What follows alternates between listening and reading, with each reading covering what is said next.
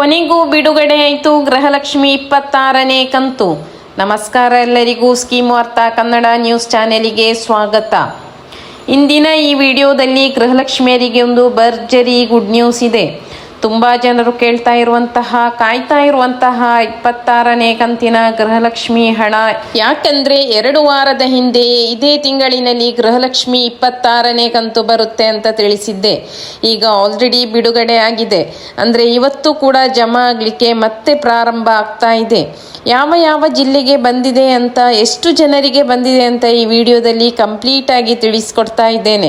ಇನ್ನು 25ನೇ ಕಂತಿನ ಹಣ ಬರದೇ ಇರುವವರಿಗೆ ಯಾಕೆ ಬಂದಿಲ್ಲ, ಯಾವಾಗ ಬರುತ್ತೆ ಅಂತಲೂ ಕೂಡ ಈ ವಿಡಿಯೋದಲ್ಲಿ ತಿಳಿಸ್ಕೊಡ್ತಾ ಇದ್ದೇನೆ. ಮತ್ತೆ ಈ ಗೃಹಲಕ್ಷ್ಮಿ ಯೋಜನೆಯನ್ನು ಹೊರತುಪಡಿಸಿ ಶಕ್ತಿ ಯೋಜನೆಯಲ್ಲಿ ಸ್ಮಾರ್ಟ್ ಕಾರ್ಡ್ ಇದ್ರೆ ಮಾತ್ರ ಇನ್ನು ಉಚಿತ ಬಸ್ ಪ್ರಯಾಣ ಅಂತ ಕೂಡ ಇಡೀ ವೈರಲ್ ಆಗ್ತಾ ಇರುವಂತಹ ವಿಷಯ.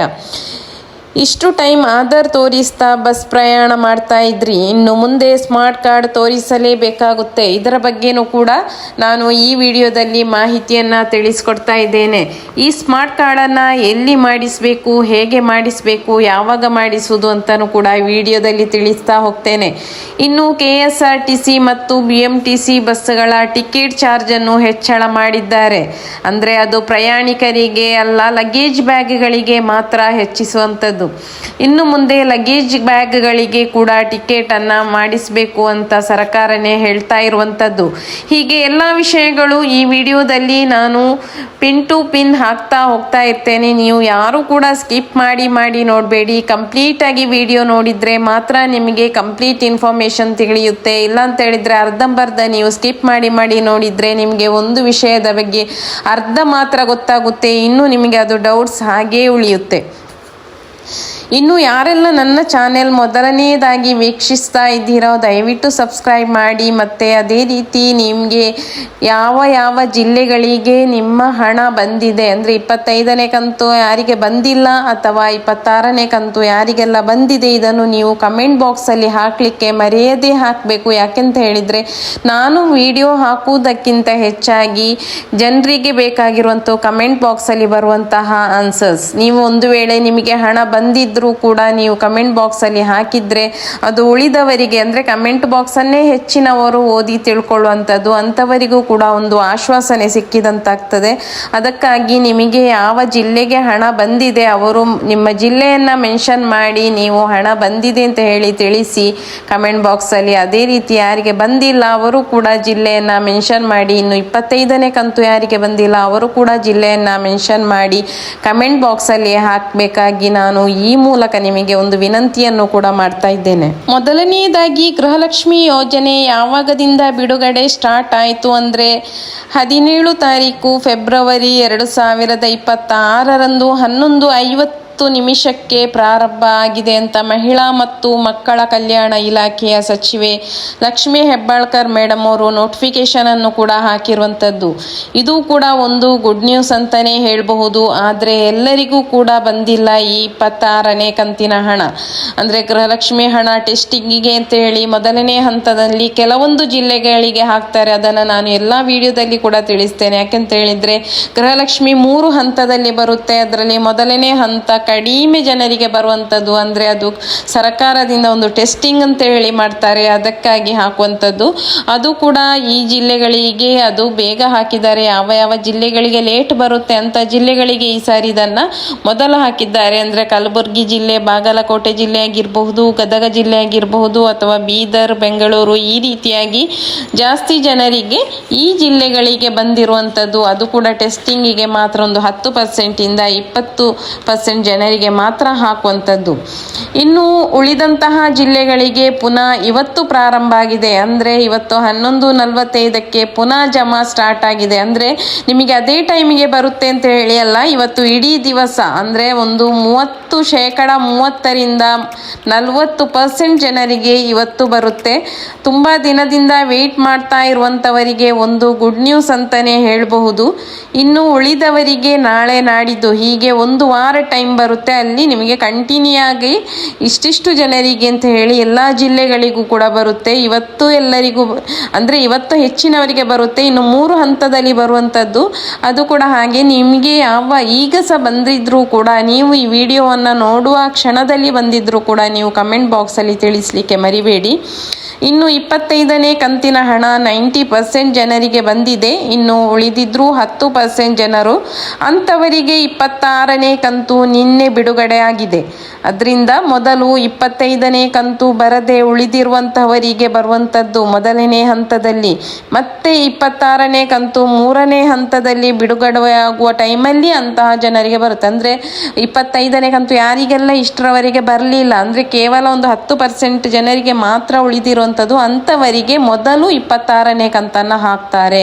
ಇನ್ನು ನಿಮಗೆ ಇನ್ನು ಕೂಡ ಈಗ ಹೆಚ್ಚು ಡೌಟ್ಸ್ ಹೆಚ್ಚಾಗುವಂಥದ್ದು, ಅಂದರೆ ನಮಗೆ ಈಗ 25ನೇ ಕಂತು ಹಾಕಿದರೆ ನಮಗೆ ಇನ್ನು 26ನೇ ಕಂತು ಯಾವಾಗ ಬರುತ್ತೆ ಅಂತೇಳಿ, ಅದು ಕೂಡ ನಿಮಗೆ ನಾಳೆ ಮರುದಿವಸವೇ ಬರುವಂಥ ಚಾನ್ಸಸ್ ಇದೆ. ಇಲ್ಲ ಅಂತ ಹೇಳಿದರೆ 3ನೇ ಹಂತದಲ್ಲಿ ಹಾಕುವಂತಹ ಚಾನ್ಸಸ್ ಕೂಡ ಇದೆ. ಬಹುತೇಕ ನಿಮಗೆ ಎಲ್ಲರಿಗೂ ಕೂಡ 26ನೇ ಕಂತು ಬರುತ್ತೆ, 25 ಕಂತು ಬರದವರಿಗೂ ಬರುತ್ತೆ, ಬಂದವರಿಗೂ ಬರುತ್ತೆ. ಇನ್ನು 26ನೇ ಕಂತು ಅದೇ ರೀತಿ ಮೊದಲು 25ನೇ ಕಂತು ಬರದವರಿಗೆ ಹಾಕಿದ್ರೆ ನಿಮಗೆ 3ನೇ ಹಂತದಲ್ಲಿ ಬರುತ್ತೆ. ಇಲ್ಲ ಅಂತ ಹೇಳಿದ್ರೆ ನಾಳೆನೇ ಬರುವಂತಹ ಚಾನ್ಸಸ್ ಕೂಡ ಇದೆ. ಇವಿಷ್ಟು ಗೃಹಲಕ್ಷ್ಮಿ 25ನೇ ಕಂತು ಮತ್ತು 26ನೇ ಕಂತಿನ ಅಪ್ಡೇಟ್ಸ್ಗಳಾಗಿರುತ್ತೆ. ಇನ್ನು ಶಕ್ತಿ ಯೋಜನೆ ಬಗ್ಗೆ ಹೇಳಬೇಕು ಅಂತ ಹೇಳಿದ್ರೆ, ಈಗ ಆಲ್ಮೋಸ್ಟ್ ಸೋಷಿಯಲ್ ಮೀಡಿಯಾದಲ್ಲಿ ಎಲ್ಲ ಬರ್ತಾ ಉಂಟು. ಇನ್ನು ನಿಮಗೆ ಆಧಾರ್ ಕಾರ್ಡ್ ತೋರಿಸಿದ್ರೆ ನಿಮಗೆ ಬಸ್ಸಲ್ಲಿ ಉಚಿತ ಪ್ರಯಾಣ ಇಲ್ಲ, ನೀವು ಸ್ಮಾರ್ಟ್ ಕಾರ್ಡನ್ನು ತೋರಿಸಬೇಕಾಗುತ್ತೆ ಅಂತ ಹೇಳಿ. ಆದರೆ ಇವಾಗಲೇ ನೀವು ತೋರಿಸುವಂಥ ಅವಶ್ಯಕತೆ ಇಲ್ಲ. ಇದು ಪಂಚ ಗ್ಯಾರಂಟಿ ಯೋಜನೆ ಯಾವಾಗ ಸ್ಟಾರ್ಟ್ ಆಗಿತ್ತೋ ಆವಾಗ ಸರ್ಕಾರನೇ ಘೋಷಣೆ ಮಾಡಿತ್ತು, ನಾವು ಒಂದು ಸ್ಮಾರ್ಟ್ ಕಾರ್ಡನ್ನು ವಿತರಣೆ ಮಾಡ್ತೇವೆ, ನೀವು ಅದನ್ನೇ ತೋರಿಸಿ ನೀವು ಬಸ್ಸಲ್ಲಿ ಹೋಗಬೇಕು ಅಂತ ಹೇಳಿದ್ರೆ. ಈಗ 2.5 ವರ್ಷ ಕಳೆದ್ರೂ ಕೂಡ ಅದು ಇನ್ನೂ ಕೂಡ ವಿತರಣೆ ಆಗಿಲ್ಲ. ಆದರೆ ಈಗ ಬಿಸಿ ಬಿಸಿ ಸುದ್ದಿ ಬರುವಂಥದ್ದು, ಇನ್ನು ಆಧಾರ್ ಕಾರ್ಡ್ ನೀವು ಹೇಗೆ ನೀವು ಬಸ್ ಪ್ರಯಾಣಿಸುವಾಗ ಆಧಾರ್ ಕಾರ್ಡ್ ತೋರಿಸ್ತಾ ಹೋಗ್ತಾ ಇದ್ದೀರೋ, ಇನ್ನು ಅದು ಆಗುವುದಿಲ್ಲ ಕಾರ್ಡ್, ಇನ್ನು ಸ್ಮಾರ್ಟ್ ಕಾರ್ಡ್ ನೀವು ಯೂಸ್ ಮಾಡಬೇಕಾಗುತ್ತೆ ಅಂತ ಹೇಳಿ. ಆದರೆ ಸರ್ಕಾರ ಇವಾಗ ಪುನಃ ಇದನ್ನು ಜಾರಿಗೆ ಮಾಡಿ ಆದೇಶ ಮಾಡಿದೆ. ಅಂದರೆ ಇನ್ನು ಅದು ಆ ಕಾರ್ಡನ್ನು ಬಸ್ ಪ್ರಯಾಣಿಸಬೇಕಾದ್ರೆ ನೀವು ಆ ಸ್ಮಾರ್ಟ್ ಕಾರ್ಡನ್ನೇ ಉಪಯೋಗಿಸಿ ಮಾಡಬೇಕು. ಅಂದರೆ ಅದು ಇವತ್ತು ನಾಳೆ ಅಂತ ಹೇಳಿ ಅಲ್ಲ, ಮಾರ್ಚ್ ಅಥವಾ ಏಪ್ರಿಲ್ ತಿಂಗಳಲ್ಲಿ ಸ್ಟಾರ್ಟ್ ಆಗುವಂತಹ ಚಾನ್ಸಸ್ ಕೂಡ ಇದೆ. ಅಂದರೆ ಇದು ಕಾರ್ಡ್ ಫ್ರೀ ಆಗಿರುವುದಿಲ್ಲ. ಯಾಕೆಂತ ಹೇಳಿದರೆ ಈಗ ಶಕ್ತಿ ಯೋಜನೆಯಿಂದ, ಗೃಹಲಕ್ಷ್ಮಿ ಯೋಜನೆ ಆಗಿರ್ಬೋದು, ಯಾವುದೇ ಪಂಚ ಗ್ಯಾರಂಟಿ ಯೋಜನೆಯಿಂದ ಸರ್ಕಾರಕ್ಕೆ ಬಹುದೊಡ್ಡ ಮೊತ್ತದ ಹೊಡೆತವೇ ಬಿದ್ದಿದೆ ಅಂತ ಹೇಳಬಹುದು. ಅಂದರೆ ತಿಂಗಳು ಹಣ ಕೊಡಬೇಕಾದ್ರೆ ಅದು ಸಣ್ಣ ಮೊತ್ತ ಅಲ್ಲ. ಅದಕ್ಕಾಗಿ ಸ್ಮಾರ್ಟ್ ಕಾರ್ಡಲ್ಲಿ ನೀವು ಉಚಿತವಾಗಿ ಅಂತ ಅವರು ಕೊಡುವುದಿಲ್ಲ. ಯಾಕೆಂತ ಹೇಳಿದರೆ ಇದಕ್ಕೆ ಒಂದು 100-200 ಏನಾದರೂ ಫೀ ಪೇಮೆಂಟ್ ಮಾಡಬೇಕಾಗುತ್ತೆ. ಈ ರೀತಿ ಯಾವುದಾದ್ರೂ ಒಂದು ರೂಲ್ಸನ್ನು ಇಟ್ಟೇ ಅವರು ಈ ಸ್ಮಾರ್ಟ್ ಕಾರ್ಡನ್ನು ಕೊಡುವಂಥದ್ದು. ಅಂದರೆ ಶಕ್ತಿ ಯೋಜನೆಯಿಂದ ಬಹಳಷ್ಟು ಬಸ್ಸುಗಳಿಗೆ, ಅಂದರೆ ನಿಗಮಕ್ಕೆ ಆಗಿರ್ಬೋದು, ದೊಡ್ಡ ತೊಂದರೆ ಅಂತಲೇ ಹೇಳ್ಬೋದು. ಬಸ್ ಕಂಡಕ್ಟ್ರಿಗಾಗಿರ್ಬೋದು, ಡ್ರೈವರ್ಸ್ಗಳಿಗಾಗಿರ್ಬೋದು, ಸಂಬಳ ಎಲ್ಲ ಬರ್ತಾ ಇಲ್ಲ, ಇದೆಲ್ಲ ಎಲ್ಲ ಕಡೆನೂ ಕೂಡ ಕೇಳ್ತಾ ಇರುವಂಥದ್ದು. ಸೊ ಅದಕ್ಕಾಗಿ ಸ್ಮಾರ್ಟ್ ಕಾರ್ಡ್ ಮೂಲಕ ಸ್ವಲ್ಪ ಹಣವನ್ನಾದರೂ ಅಲ್ಲಿ ಕಾರ್ಡಿನ ಮೂಲಕ ಅದನ್ನು ಪಡ್ಕೊಳ್ಳುವಂತಹ ಒಂದು ಯೋಚನೆ ಕೂಡ ಸರ್ಕಾರಕ್ಕೆ ಇರಬಹುದು. ಅದಕ್ಕಾಗಿ ಕೂಡ ಈ ಕಾರ್ಡನ್ನು ಮಾಡಿಸಲಿಕ್ಕೆ ಆದೇಶ ಹೊರಡಿಸಿರುವಂಥದ್ದು ಕೂಡ. ಅಂದರೆ ಇನ್ನು ಮುಂದೆ ಮಹಿಳೆಯರು ಉಚಿತ ಬಸ್ ಪ್ರಯಾಣಕ್ಕಾಗಿ ಕೇವಲ ಆಧಾರ್ ಕಾರ್ಡ್ ತೋರಿಸಿದರೆ ಸಾಲದು, ಶಕ್ತಿ ಸ್ಮಾರ್ಟ್ ಕಾರ್ಡ್ ಹೊಂದಿರುವುದು ಕಡ್ಡಾಯವಾಗಲಿದೆ. ಇನ್ನು ಈ ಶಕ್ತಿ ಸ್ಮಾರ್ಟ್ ಕಾರ್ಡನ್ನು ಸರ್ಕಾರವೇ ವಿತರಣೆ ಮಾಡ್ತಾರೆ. ಅಂದರೆ ಈ ಕಾರ್ಡನ್ನು ಎಲ್ಲಿಗೆ ಹೋಗಿ ತಗೊಳ್ಳೋದು ಅಂದರೆ ಇದರ ಬಗ್ಗೆ ಇನ್ನು ಕಂಪ್ಲೀಟ್ ಮಾಹಿತಿಯನ್ನು ಸರ್ಕಾರ ಇನ್ನೂ ಕೂಡ ಕೊಟ್ಟಿಲ್ಲ. ಅಂದರೆ ಬಸ್ ಡಿಪೋದಲ್ಲಿ ಕೊಡ್ತಾರಾ ಅಥವಾ ಗ್ರಾಮವನ್ ಅಥವಾ ಕರ್ನಾಟಕವನ್ ಇಲ್ಲಿ ಏನಾದರೂ ಮಾಡಲಿಕ್ಕೆ ಹೇಳ್ತಾರಾ, ಅದರ ಬಗ್ಗೆನೂ ಕೂಡ ಮಾಹಿತಿ ಕೊಟ್ಟಿಲ್ಲ. ಶೀಘ್ರದಲ್ಲೇ ಅಂದರೆ ಮಾರ್ಚ್ ಮತ್ತು ಏಪ್ರಿಲ್ ತಿಂಗಳಲ್ಲಿ ಈ ಸ್ಮಾರ್ಟ್ ಕಾರ್ಡನ್ನು ಬಿಡುಗಡೆ ಮಾಡ್ತೇವೆ ಅಂತ ತಿಳಿಸಿದ್ದಾರೆ.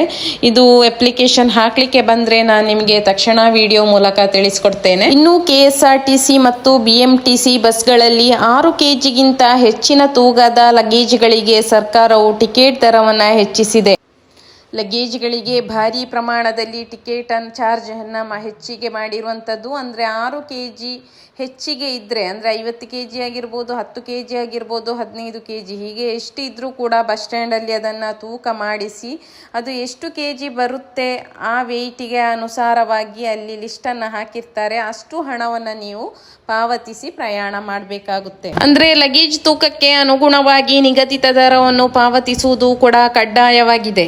ಇನ್ನು ನಿರಂತರ ಸುದ್ದಿಗಾಗಿ ಸ್ಕೀಮ್ ವಾರ್ತಾ ಕನ್ನಡ ನ್ಯೂಸ್ ಚಾನೆಲನ್ನು ಸಬ್ಸ್ಕ್ರೈಬ್ ಮಾಡಲಿಕ್ಕೆ ಮರೆಯದಿರಿ. ಅದೇ ರೀತಿ ನಿಮ್ಮ ಹತ್ತಿರದವರಿಗೂ ಶೇರ್ ಮಾಡಿ. Thank you for watching.